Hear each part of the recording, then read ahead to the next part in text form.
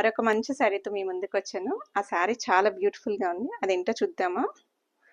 మనకి hand painted Kalamkari sari అండి ఇది. మంచి బ్రౌన్ అండ్ గ్రీన్ కలర్ కాంబినేషన్లో చాలా బాగుంది. ఒకసారి శారీ ఓపెన్ చేసి చూద్దామా. మనకి బ్లౌజ్ వచ్చేసరికి ఇలా వస్తుంది.